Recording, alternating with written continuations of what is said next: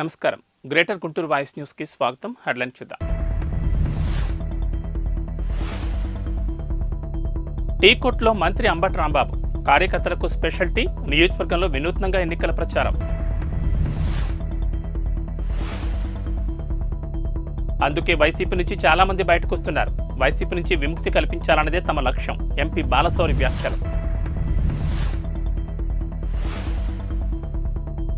వాలంటీర్ల సేవలకు పురస్కార ప్రధానోత్సవం.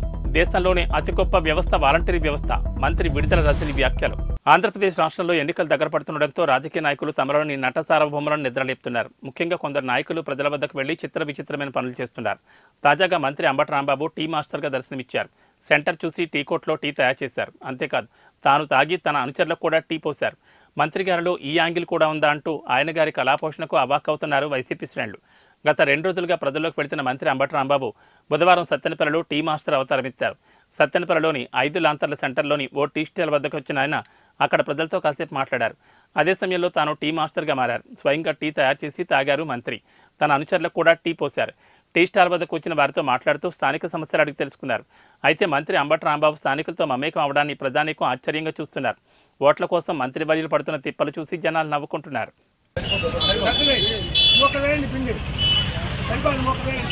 తెలుసు కొద్దిగా మావిడైనప్పుడు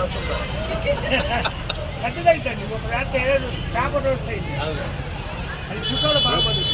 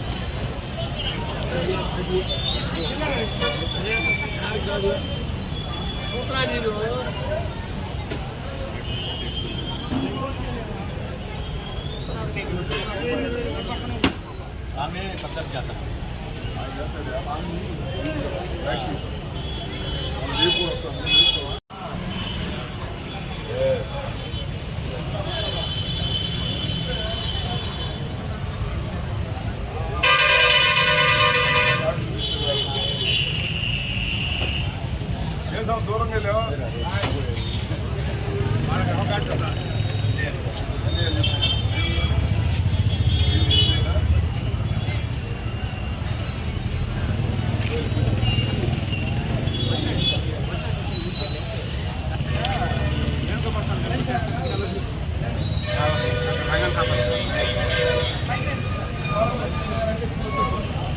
ఓకే ఇంకా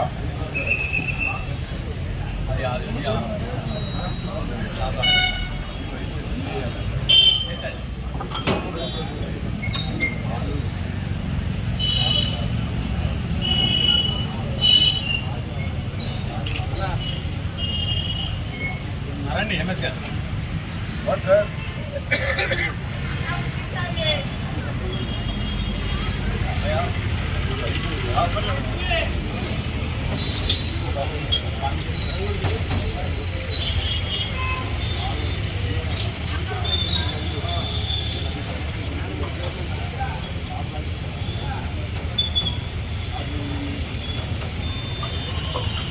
ఏమంటే మీకు షుగర్ లేదా?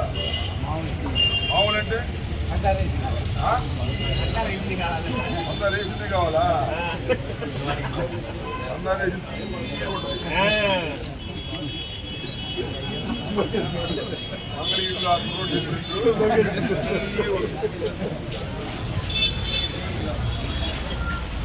ఏదైనా టీ తాగుతారా?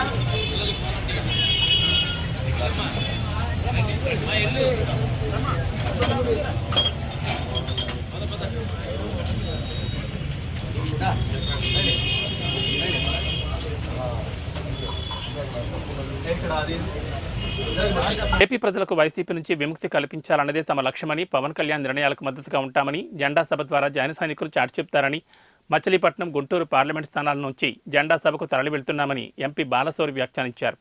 ఈ సందర్భంగా బుధవారం గుంటూరులోని ఆయన నివాసంలో ఏర్పాటు చేసే విలేకరుల సమావేశంలో మాట్లాడారు. వైసీపీ ప్రభుత్వంలో అధర్మం 4 పాదాల మీద నడుస్తుందని, ఆ పార్టీలో ధర్మం, న్యాయం లేదు కాబట్టే చాలామంది బయటకు వస్తున్నారని అన్నారు. జనసేన, టీడీపీ సీట్ల సర్దుబాటులో కొన్ని చోట్ల అసంతృప్తులు తలెత్తాయని, అవన్నీ త్వరలో సర్దుకుంటాయన్నారు. ప్రజల్లో వైసీపీ ప్రభుత్వం పట్ల తీవ్ర వ్యతిరేకత ఉందని, తప్పకుండా టీడీపీ జనసేన కూటమి విజయం సాధిస్తుందని ఎంపీ బాలశౌరి ఆశాభావం వ్యక్తం చేశారు. టీడీపీ 70% పోలవరం ప్రాజెక్టు పూర్తి చేస్తే వైసీపీ 5 ఏళ్లలో ఏమీ చేయలేదని తీవ్రస్థాయిలో విమర్శించారు. కనీసం పోలవరం ఎలా పూర్తి చేయాలనే ప్రణాళిక వైసీపీ సర్కారుకు లేదని ఎద్దేవా చేశారు. జల్ జీవన్ మిషన్ పథకానికి రాష్ట్ర ప్రభుత్వం తన వాటా నిధులు ఇవ్వడం లేదని, Machilipatnam, Repalle railway line project Diviseema ప్రాంతానికి తీరని కళని, దాన్ని నిజం చేసేందుకు ప్రణాళికలు రూపొందిస్తున్నామన్నారు. మచిలీపట్నం నియోజకవర్గంలో జాతీయ రహదారుల అభివృద్ధిపై దృష్టి సారించామని ఎంపీ బాలశౌరి స్పష్టం చేశారు.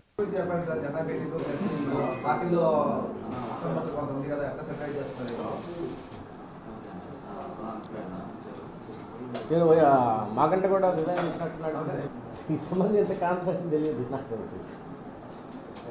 ఏదో ప్రశ్నలను పిలుస్తున్నాను సార్ అంటే జెండా సభ ద్వారా ఏం చెప్పబోతాం, ఎజెండా ఏంటి మనందరం చూస్తూనే ఉన్నాం. బేసిక్గా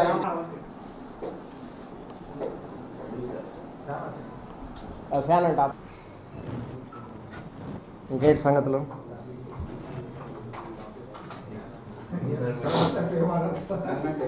నేను కూడా ఏం మాట్లాడాలి, మాట్లాడాల్సిన అంత రికార్డులు చేస్తాను. ఈరోజు జన సైన్యంతో కలిసి మచిలీపట్నం పార్లమెంటు పరిధిలో ఈ బహిరంగ సభని మేము జయప్రదం చేయదలుచుకున్నాం. దీని ద్వారా జన సైన్యం ఇచ్చేటువంటి సందేశం ఏంటంటే, మేమందరం కూడా మా పార్టీ అధ్యక్షులు పవన్ కళ్యాణ్ గారికి అండగా ఉంటారు. వైసీపీని విముక్తి చేయటంలో, వచ్చే ఎన్నికల్లో వైసీపీని ఇంటికి పంపించడంలో పవన్ కళ్యాణ్ గారు ఏ రకమైన నిర్ణయం తీసుకున్నా వాటన్నిటికీ ఒక జన సైన్యంగా మేమందరం కూడా కట్టుబడి ఉంటాం. మనందరం చూస్తూనే ఉన్నాం. ఈ రాష్ట్రంలో అభివృద్ధి అనేది మనం ఇంతవరకు చూడలేదు. గత ప్రభుత్వంలో పోలవరం ప్రాజెక్టు దాదాపు 70% కంప్లీట్ అయితే, వైసీపీ ప్రభుత్వం ఏర్పడి దాదాపు 5 సంవత్సరాలు పూర్తి కావస్తున్నా ఈవెన్ 5% కూడా దాన్ని అడిషనల్గా కంప్లీట్ చేయలేదు. దాని మీద ఒక డెసిషన్స్కి రాలేదు ఇంతవరకు, అసలు ఆ ప్రాజెక్ట్ని ఎలా ముందుకు తీసుకెళ్లాల్సింది అనేది. అదే రకంగా రాష్ట్రంలో రోడ్ల పరిస్థితి చూస్తే చాలా దారుణంగా ఉన్నాయి. మాది తీర ప్రాంతం మచిలీపట్నం. కేంద్ర ప్రభుత్వం నుంచి జల్ జీవన్ మిషన్ నుంచి దాదాపు 200 కోట్ల రూపాయల పైన నేను కేంద్ర ప్రభుత్వం డబ్బులు తీసుకొచ్చిన దాన్ని మ్యాచింగ్ గ్రాంట్ ఇచ్చి ఇంతవరకు దాన్ని పన్నులు ప్రారంభించటం లేదు. సో ఇవన్నీ చూస్తే వైసీపీని ఇంటికి పంపించడానికి ప్రజలు సిద్ధంగా ఉన్నారు. డెఫినెట్గా జనసేన, తెలుగుదేశం పార్టీ కూటమి అధికారంలోకి రాబోతా ఉంది, అందులో ఎలాంటి డౌటు లేదు. ప్రధానంగా నా మచిలీపట్నం పార్లమెంట్లో నేను ఇచ్చినటువంటి వాగ్దానాలన్నింటినీ దాదాపుగా కంప్లీట్ చేశాం ఒక పార్లమెంట్ సభ్యుడిగా. ఇప్పుడు కొత్తగా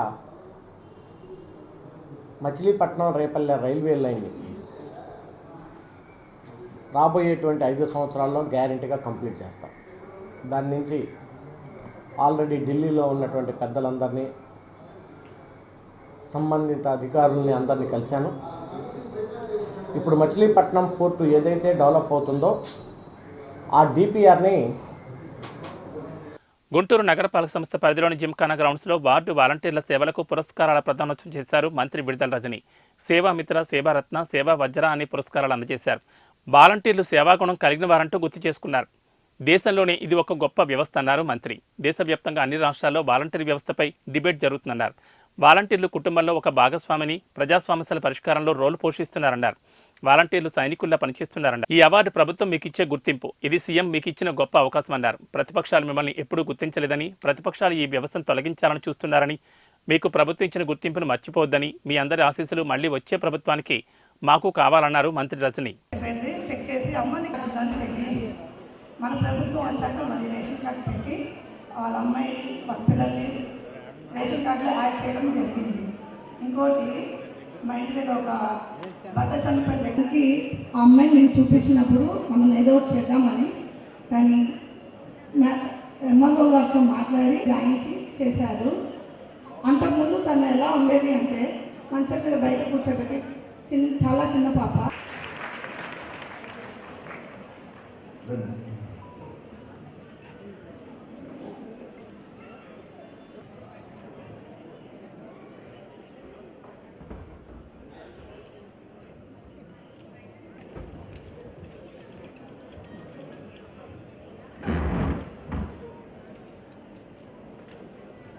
మన ప్రభుత్వం వచ్చాక తనకి పాప కూడా జరుగుతుంది.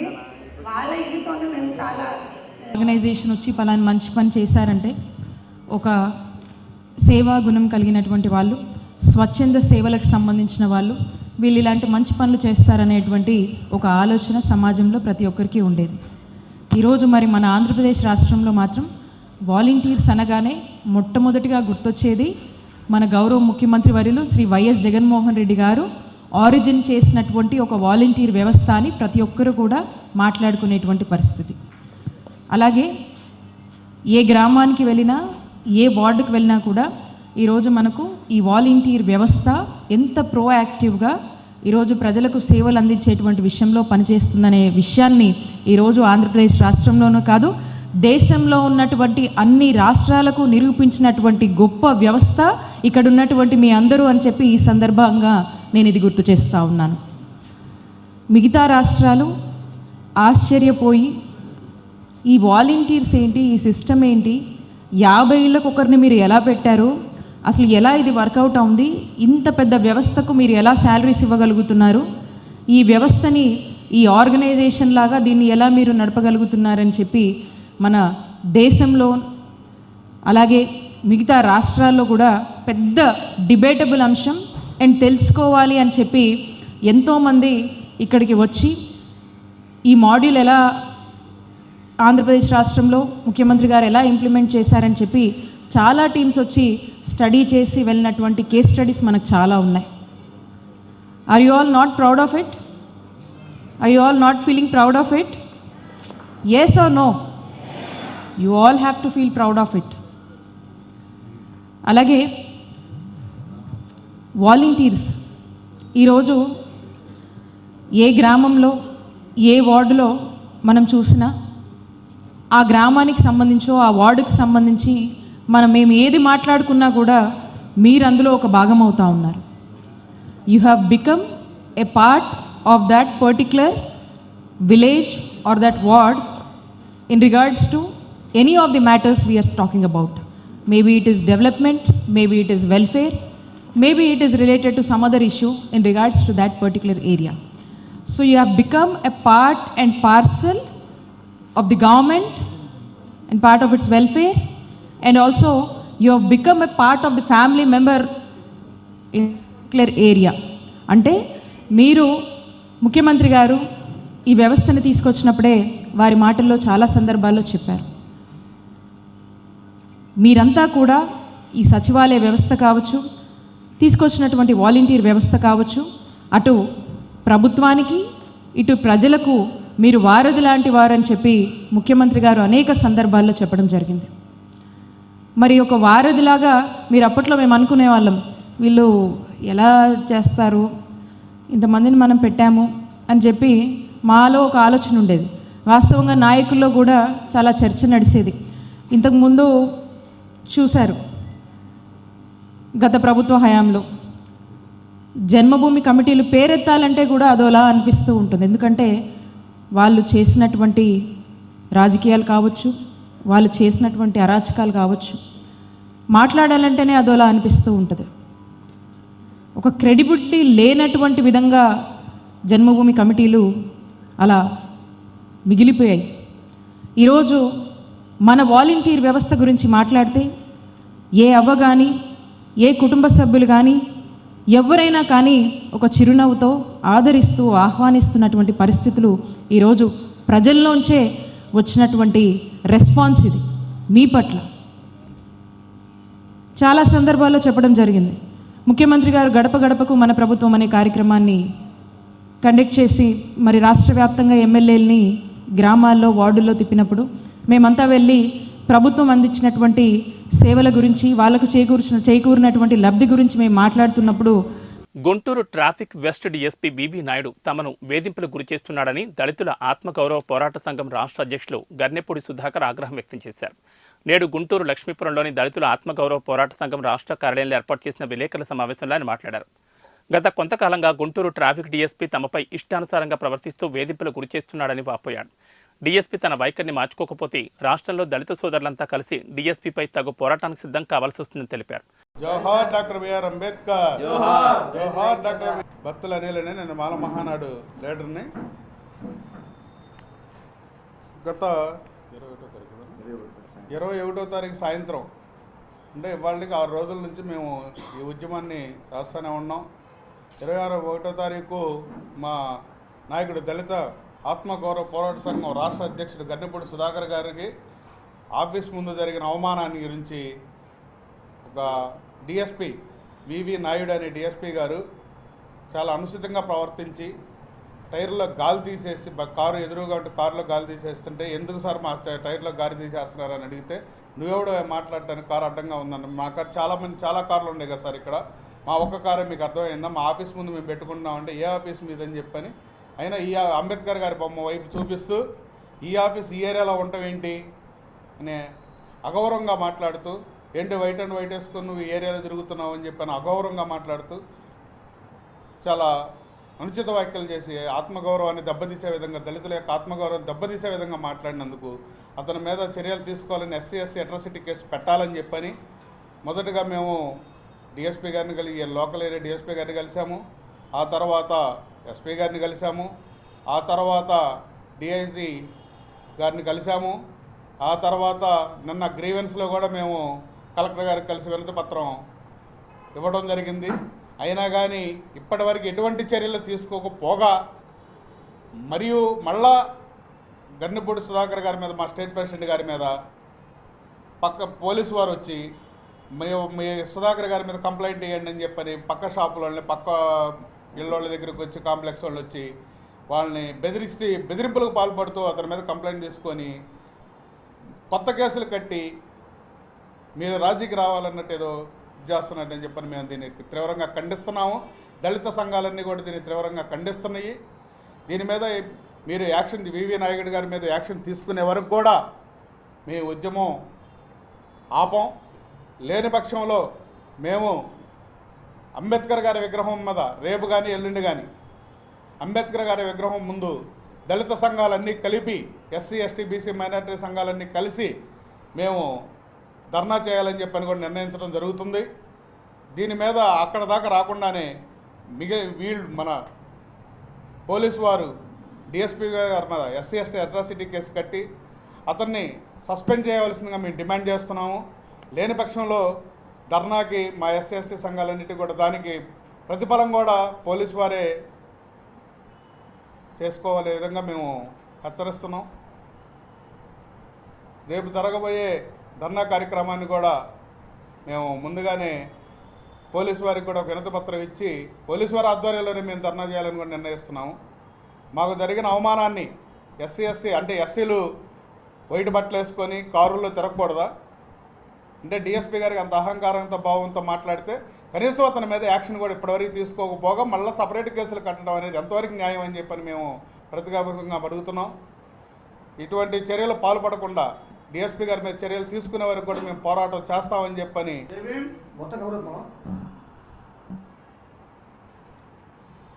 ఈ దేశం అంతా కూడా బాబాసాహెబ్ అంబేద్కర్ తెలియని వాళ్ళు అంటూ లేరు. ఇదే ఆఫీస్ ముందు మీ మీడియా మిత్రులు చెప్తున్నానండి, ఇదే ఆఫీస్ ముందు బాబాసాహెబ్ అంబేద్కర్ విగ్రహం ఫోటో ఉంది. ఆఫీస్ మీద దళితుల హక్కుల పోరాట సమితి నా సంఘం పేరు కూడా రాసి ఉంది. అయితే ఆయన వ్యక్తిని పగబట్టాడా, అంబేద్కర్ ఆలోచన విధానాన్ని పగబట్టాడా, అసలు అంబేద్కర్ అంటే ఇష్టం లేదా? ఒక బాధ్యత గల డ్యూటీ చేస్తూ డిఎస్పీ అనే వ్యక్తి డ్యూటీ చేస్తూ అంబేద్కర్ అంటే ఎవరో తెలియదా, లేకపోతే దళితులు అంటే నీకు నచ్చదా? అంటే నీకు కులం ఉందా?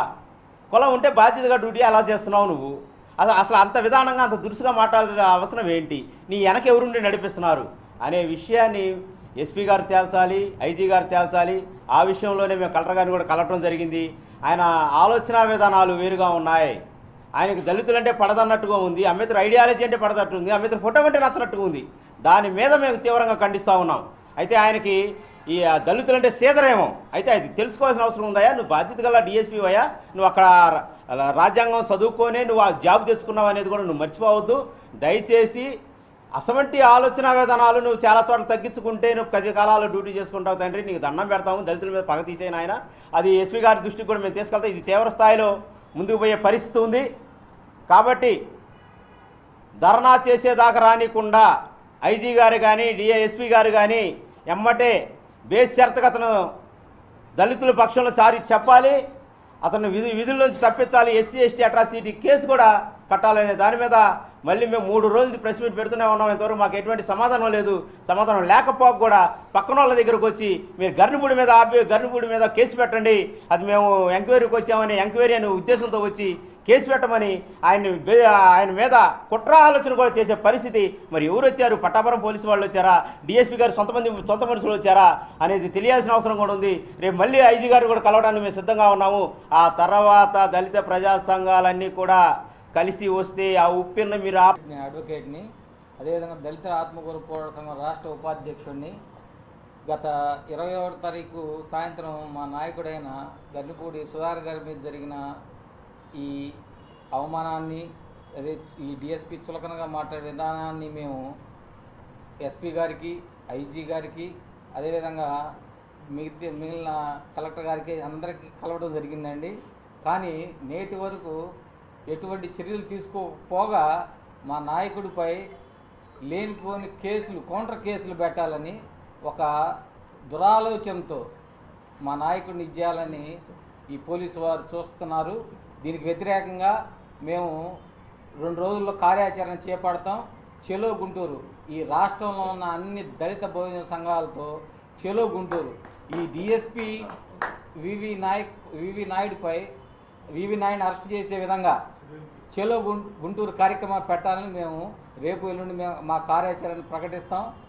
అరెస్ట్ చేయకపోతే మా నాయకుడిపై అనుచితంగా ప్రవర్తించిన డిఎస్పీపై చర్యలు తీసుకోకపోతే, అదేవిధంగా మా నాయకుడిపై కౌంటర్ కేసు పెట్టాలని గత 2 రోజుల నుంచి పోలీసు వారు మా రాష్ట్ర కార్యాలయం పక్కన ఉన్న ఆఫీసుల వాళ్ళకి వచ్చి వాళ్ళని బెదిరిస్తున్నారు. మీరు పెట్టకపోతే మీకు మీ మీద చర్యలు తీసుకుంటాం, మీ మీద ఇంకో కేసులు పెడతామని బలవంతం చేస్తున్నారు.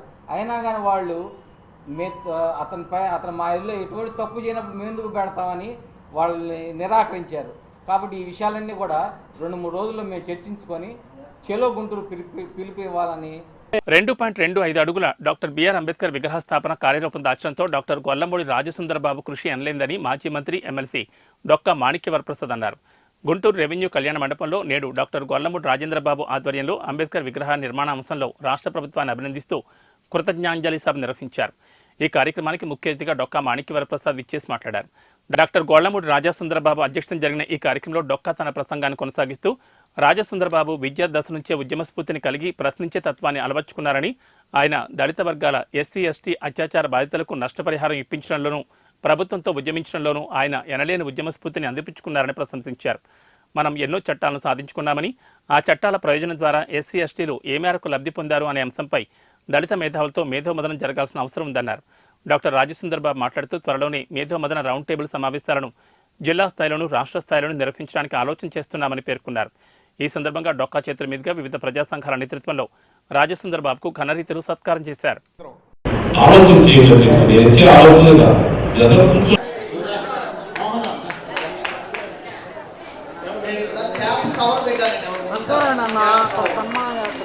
మనకు అధ్యక్షులుగా ఉన్నారు కాబట్టి మిమ్మల్ని కూడా ఎక్కువ సంఘంలో చేర్చి నావే కదా లేచి నిలబడి తప్పట్టు కొట్టున్నారు మర్యాద తెచ్చుకుంటున్నారు.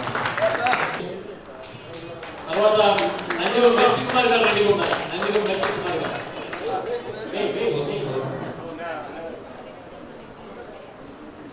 నందిగం నరసింహార్ గారు చిన్నపిల్లైనా ఎంత చక్కగా ప్రశాంతంగా పనిచేసిందంటే వినయ విధేయులు చక్కగా ఉన్నాయి. సౌభట్ శాంత్ కుమార్ గారు వేదిక మీకు రావాలా. తర్వాత మాడుగుల సుశీల్ గారు పెదగొరపాడు. మాడుగుల సుశీల్ గారు పెదగొరపాడు. అయితే మాడుగుల సుశీల్ గారు దండ ఓకే.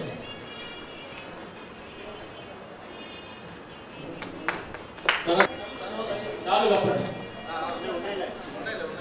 ప్రభాకర్ గారు పెద్దగొట్టిపాడు. 7 చనిపోయిన సంఘ చాలా ఉద్యమాల్లో దేవుడి పాటలు పాడి రంజం చేసేవాడు.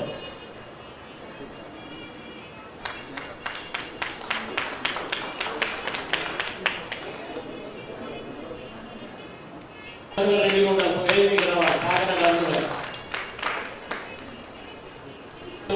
ఫుట్బాల్ అందరూ గురిశారు ఆగిపోయాడు. కోఆర్డినేషన్ ప్రతి ప్రోగ్రామ్ కి ముఖ్యమంత్రి తలపెట్టిన ప్రతి ప్రోగ్రామ్ కి కోర్టులకు వెళ్ళి అడ్డుకుంటున్నాడు చంద్రబాబు నాయుడు. దళిత ఉద్యమాల్లో బాగా యాక్టివ్గా ఉండే దళిత సామాజిక కార్యకర్త రాజసుందర్ బాబు గారికి సన్మానం చేయాలని చాలా దళిత సంఘాలు జిల్లాలో ఉన్న ప్రముఖులంతా కూడా నిర్ణయించి ఈరోజు సన్మానం చేశారు. ఆయనే మొట్టమొదటిసారి అంబేద్కర్ గారు 125 అడుగుల విగ్రహం కావాలని మొదటి నుంచి కూడా ఆ నినాదంతో ముందుకెళ్తా ఉన్నాడు. ఈరోజు రాష్ట్ర ప్రభుత్వం ముఖ్యమంత్రి జగన్మోహన్ రెడ్డి గారి నాయకత్వంలో ఆ విగ్రహావిష్కరణ కార్యక్రమం చేసినందుకు ప్రభుత్వానికి ధన్యవాదాలు చెప్తూ రాజసుందర్ బాబు గారి నాయకత్వంలో ఈరోజు మంచి కార్యక్రమం జరిగింది. ఈ సందర్భంగా ప్రభుత్వానికి జగన్మోహన్ రెడ్డి గారికి ధన్యవాదాలు తెలియజేస్తూ ఈ కార్యక్రమాన్ని మొదటి నుంచి దాన్ని ప్రోత్సహిస్తున్నటువంటి రాజసుందర్ బాబు గారికి కూడా వివిధ దళిత సంఘాలు సన్మానించుకోవడం జరిగింది. ఈ సందర్భంగా దళితుల యొక్క భవిష్యత్తు వాటి యొక్క ప్రాధాన్యత గురించి కూడా అనేక మంది మాట్లాడారు.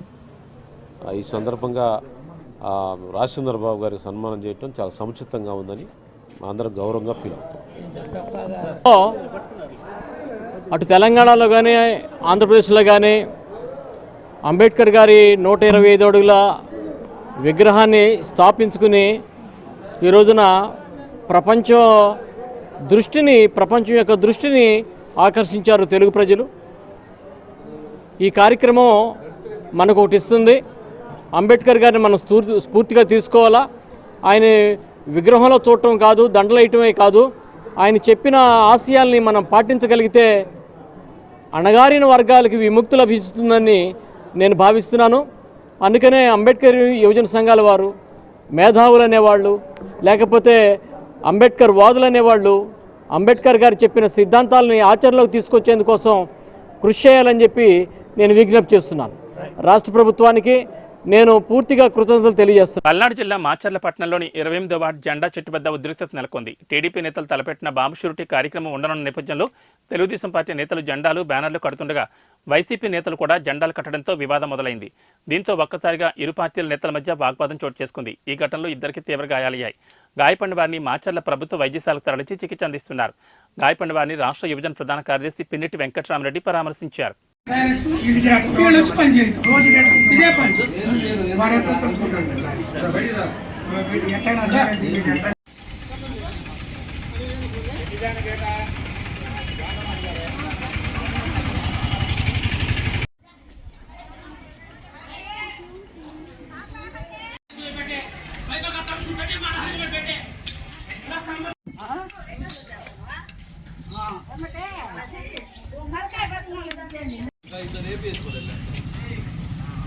మేమన్నా ఇక్కడ ఉన్నాం.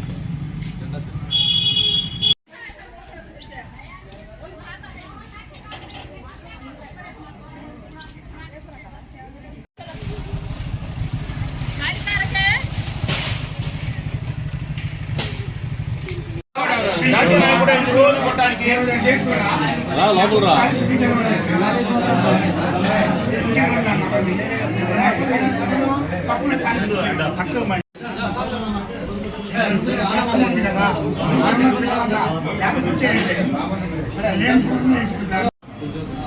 పిడికత్తులు కూడా పెట్టుకోవచ్చు. పిడికత్తులతో వచ్చారు, ప్రిపేర్ అయ్యి వచ్చారు, ప్రీ ప్లాంట్ ఇవన్నీ తీసుకొని వచ్చి వాళ్ళు తెచ్చిపెట్టి వాళ్ళు ఇట్లాంటిది ఏదో ఒకటి చేయాలనుకున్నారని మేము ప్రతి వారం చెబుతూనే ఉన్నాం. భోజనాలను పెట్టడం, తలాలు పెట్టడం, భోజనాలను పెట్టడం. మీ కంప్లైంట్ ఇచ్చారు. మా వాళ్ళందరూ కూడా ఈ రోజు ఇస్తమా జరుగుతాం. సాయిబులందరూ అక్కడ ఉన్నారు. ఇస్తమా జరుగుతా ఉంటే అక్కడ ఉన్నారు అందరూ. వీళ్ళు అసలు ఎవరు లేరని వీళ్ళ మీద ఇప్పుడు ఆయన వయసు ఎంత, ఆయన వయసు ఎంత, ఆయన వయసు నమాజ్ పోదాని బయటకు వచ్చాడు. ఆయన వయసుకి ఏంటి అసలు అది? దేశానికి ఆదర్శంగా అన్నదాతలను అన్ని విధాలుగా చేయి పట్టుకు నడిపిస్తూ ఎన్ని కష్టాలు ఎదురైనా చెప్పిన సమయానికి చెప్పినట్లుగా రైతన్నల సంక్షేమానికి కొండంత అండనిస్తూ రైతుకు భరోసా పథకాన్ని మనందరి ప్రభుత్వంలో బాధ్యతగా అమలు చేస్తున్నామని సీఎం జగన్ పేర్కొన్నారు.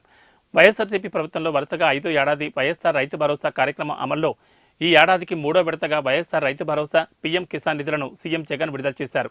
రైతన్నలకు ఒక్కొక్కరికి ఏటా 13,500 చొప్పున వరుసగా 4 ఏళ్లు రైతు భరోసా, పీఎం కిసాన్ సాయం అందించినట్లు పేర్కొన్నారు. 5వ ఏడాది పథకం అమల్లో భాగంగా ఇప్పటికే 2 విడతల్లో ఒక్కో రైతుకు 11,500 ఆర్థిక సహాయం అందించినట్లు వివరించారు. ప్రస్తుతం 3వ విడతగా రాష్ట్రంలోని 53.58 లక్షల మంది రైతన్నలు ఒక్కొక్కరికి 2,000 చొప్పున 178.36 కోట్ల నిధులను నేరుగా రైతు ఖాతాలో జమ చేస్తున్నట్లు తెలిపారు. వైఎస్ఆర్ రైతు భరోసా నిధుల విడుదల సందర్భంగా తాడేపల్లిలోని క్యాంపు కార్యాలయం నుంచి సీఎం జగన్ వర్చువల్గా అన్ని జిల్లా కలెక్టర్ల ద్వారా రైతులతో వీడియో కాన్ఫరెన్స్ ద్వారా మాట్లాడారు. దేశంలో ఎక్కడా లేని విధంగా సొంత భూమి సాగు చేసుకుంటున్న రైతులతో పాటు ఎస్సీ, ఎస్టీ, బీసీ, మైనార్టీ, కౌలు రైతులు, అటవీ, దేవాదాయ భూములు సాగు చేసుకుంటున్న రైతన్నలకు కూడా వైఎస్ఆర్ రైతు భరోసా కింద ఏటా 13,500 ఆర్థిక సహాయం అందిస్తున్న ఏకైక ప్రభుత్వం మనదేనని సీఎం జగన్ పేర్కొన్నారు. నేడు అందిస్తున్న సాయంతో కలిపి ఒక్కో రైతన్నకు వైఎస్ఆర్ రైతు భరోసా, పీఎం కిసాన్ ద్వారా మేనిఫెస్టోలో చెప్పిన 50,000 కన్నా అధికంగా ఈ 57 నెలల్లో 67,500 రూపాయలు ఆర్థిక సహాయం అందించినట్లు తెలిపారు. 67,500 రూపాయలు ప్రతి రైతన్నకు ఇచ్చినట్టు అవుతుంది. ఈరోజు ఇస్తా ఉన్న ఈ 3వ విడత సహాయం కూడా కలుపుకుంటే ఇలా ఈ 53,58,000 మంది రైతన్నలకు అందించిన సహాయం కేవలం ఈ ఒకే ఒక్క స్కీమ్ వైఎస్ఆర్ రైతు భరోసా, పీఎం కిసాన్ అనే ఈ ఒకే ఒక్క స్కీమ్ ద్వారా అక్షరాల 34,288 కోట్ల రూపాయలు ఈ ఒకే ఒక్క పథకం ద్వారా రైతన్నలకు పెట్టుబడి సహాయంగా, రైతన్నలకు పంటలు వేసే సమయంలో రైతన్నకు దన్నుగా పెట్టుబడి సహాయం ఏకంగా 87,612 కోట్ల రూపాయలు రుణాలన్నీ కూడా రైతన్నలే మాఫీ చేస్తానని చెప్పడం, అప్పట్లో చంద్రబాబు నాయుడు గారు చెప్పిన ఆ మాట నమ్మడం, బ్యాంకుల్లో పెట్టిన బంగారం ఇంటికి రావాలంటే బాబే ముఖ్యమంత్రి కావాలని ఆయన పబ్లిసిటీ ఇవ్వడం, ఆ ఇచ్చిన ఆ పబ్లిసిటీని రైతన్నలు నమ్మడం, నమ్మిన తర్వాత చంద్రబాబు నాయుడు గారు ప్రభుత్వం వచ్చిన తర్వాత ఎంత దారుణంగా రైతన్నలను మోసం చేశాడు అని గమనించమని చెప్పి అడుగుతా ఉన్నా. ఏకంగా 87,612 కోట్ల రూపాయలు మొదటి సంతకంతోనే బేషరతుగా రుణాలన్నీ మాఫీ చేస్తానని చెప్పిన ఈ పెద్ద మనిషి చివరికి ఈ మాదిరిగా ఇంతకుముందు మన కాకాని గోవర్ధన్ అన్న పత్రం చూపిస్తా ఉన్నప్పుడు నేను కూడా ఏందన్న పత్రం అని చెప్పి అడిగితే ఇచ్చాడు. ఈ మాదిరిగా పత్రం ఇచ్చి ఈ మాదిరిగా రైతన్నలందరికీ కూడా బేషరతుగా మొదటి సంతకంతో 87,612 కోట్ల రూపాయల రుణాలు మాఫీ చేస్తానని చెప్పి చివరికి చంద్రబాబు నాయుడు గారు ఆ 87,612 కోట్ల రూపాయల మీద పడే వడ్డీ, చివరికి 0 వడ్డీ అనే పథకాన్ని కూడా ఈయన ఎగరగొట్టేశాడు. ఇవ్వకుండా ఆయన ఎగరగొట్టిన 0 వడ్డీ డబ్బులు కూడా మన ప్రభుత్వం కూడా ఇచ్చిన దాఖలాలు ఇప్పుడే కనిపిస్తా ఉన్నాయి. మనమే ఇచ్చినాం. అంటే 87,612 కోట్ల రూపాయలు మాఫీ చేస్తానని చెప్పి 0 వడ్డీ పథకాన్ని సైతం ఎగరగొట్టి ఆ 87,612 కోట్ల రూపాయల మీద రైతన్నలు కట్టిన వడ్డీలు, చక్కెర వడ్డీలకు కూడా సరిపోని విధంగా 87,000 కోట్ల మీద సంవత్సరానికి వడ్డీనే దాదాపుగా కనీసం ఈ 5-6 వేల కోట్ల రూపాయలు. 5 ఏళ్లలో ఆ వడ్డీలు వేసుకున్నా కూడా 87,000 కోట్ల మీద 5,000 కోట్ల రూపాయలు వడ్డీలు వేసుకున్నా 30,000 కోట్ల వడ్డీలకే అవుతుంది. అలాంటిది ఈయన కట్టింది కేవలం 5 సంవత్సరాలు కలిపి 15,000 కోట్లు. సున్నా వడ్డీ పథకాన్ని సైతం రద్దు చేసి అంతటి దారుణంగా చంద్రబాబు నాయుడు గారు గతంలో మోసం చేస్తే మనం ఈ 5 సంవత్సరాలలో కేవలం ఈ ఒకే ఒక్క పథకం వైఎస్ఆర్ రైతు భరోసా, పిఎం కిసాన్ అనే ఈ ఒకే ఒక్క పథకం ద్వారానే రైతన్నల చేతుల్లో పెట్టింది అక్షరాల 34,000 కోట్ల రూపాయలు పెట్టాం. ఇక రైతులకు ఈ 5 సంవత్సరాలు మనం గమనించినట్టయితే రైతన్నులకు సంబంధించి మనం పంటలు కొనుగోలు చేసిన పల్నాడు జిల్లా సత్తెనపల్లిలో మన్యం రెసిడెన్సీలో టైలర్స్ డే సందర్భంగా సమావేశం ఏర్పాటు చేశారు. ఈ సమావేశానికి మాజీ మంత్రి కన్నా లక్ష్మీనారాయణ పాల్గొన్నారు. ఈ సందర్భంగా టైలర్స్ను ఘనంగా సన్మానించారు.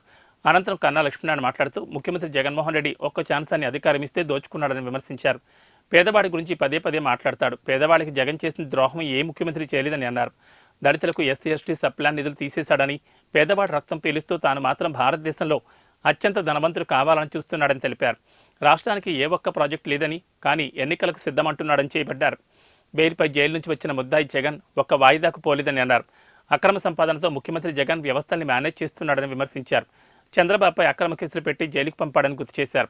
పేదలకు 10 పైసలు ఇచ్చి 1,000 రూపాయలు లాక్కుంటున్నాడని అన్నారు. రాష్ట్రంలో వైసీపీ అధికారంలోకి వచ్చిన తర్వాత విద్యుత్ ఛార్జీలు అమాంతం పెరిగిపోయాయని తెలిపారు.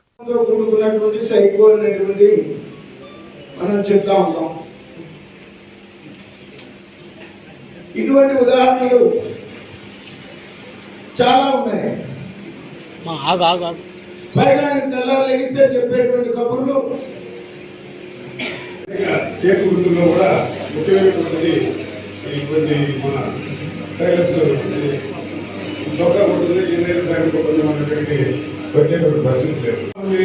ఎక్కువగా ఉన్నా కూడా మనకు తెలిసిన ఫ్రిడ్జ్ కూడా దాదాపు 40 సంవత్సరాలు చూస్తున్నాం. వాడు కూడా ఎక్కడైతే ఇంకొకటి అక్కడే ఉన్నట్టుగా అట్లాగే ఇప్పుడు జరుగుతూ ఉంటాయి. ఎందుకంటే 28వ తారీఖున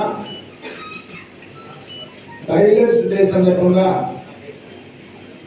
సత్తెనపల్లి నియోజకవర్గంలో ఉన్నటువంటి టైలర్స్ అసోసియేషన్ గత 14 సంవత్సరాలుగా ఇదే రోజు ప్రతి ఫిబ్రవరి 28వ తారీఖున టైలర్స్ డే జరుపుకుంటా ఉన్నారు. సంతోషం, అభినందిస్తా ఉన్నారు.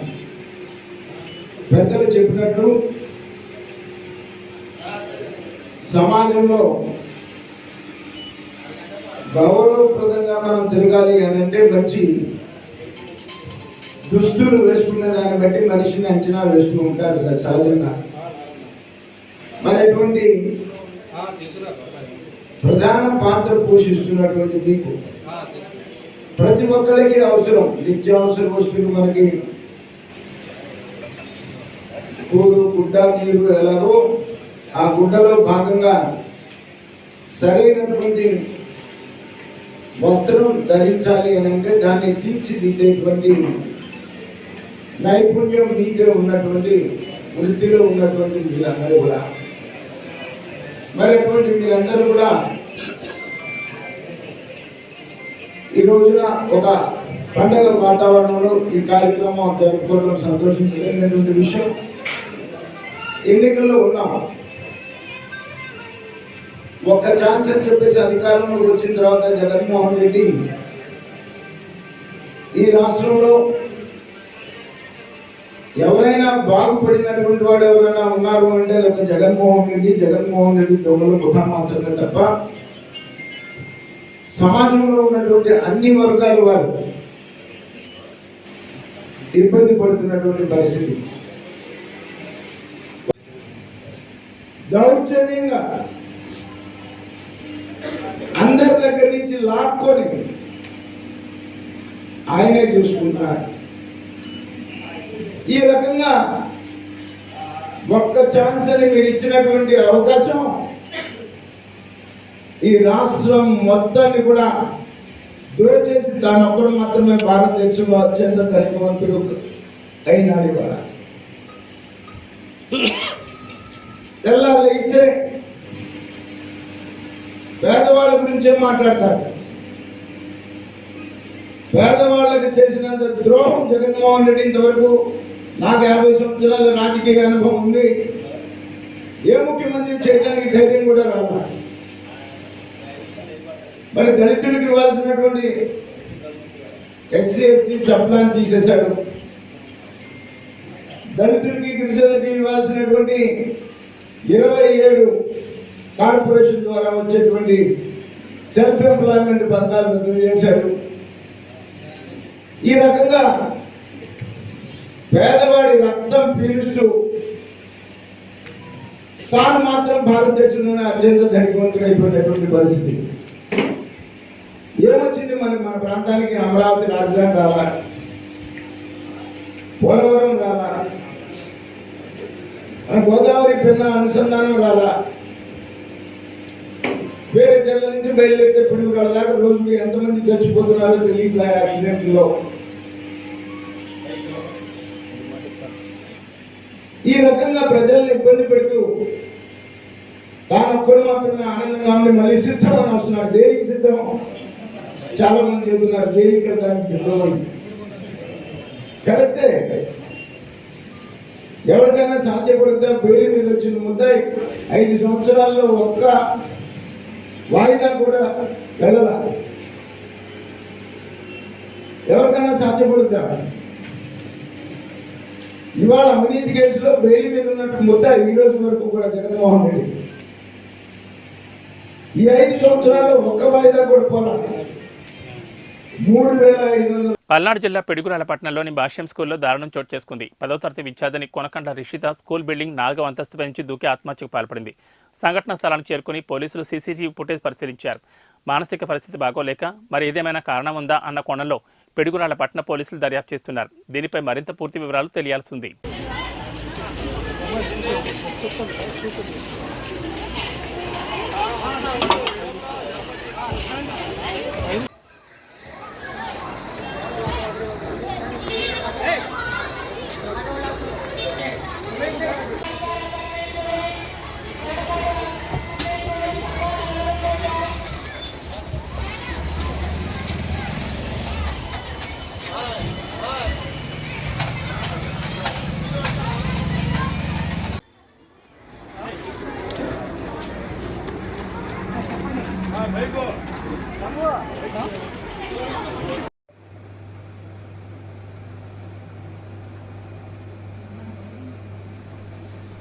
ఏబీ బులెటిన్ విశేషాలు. నమస్కారం.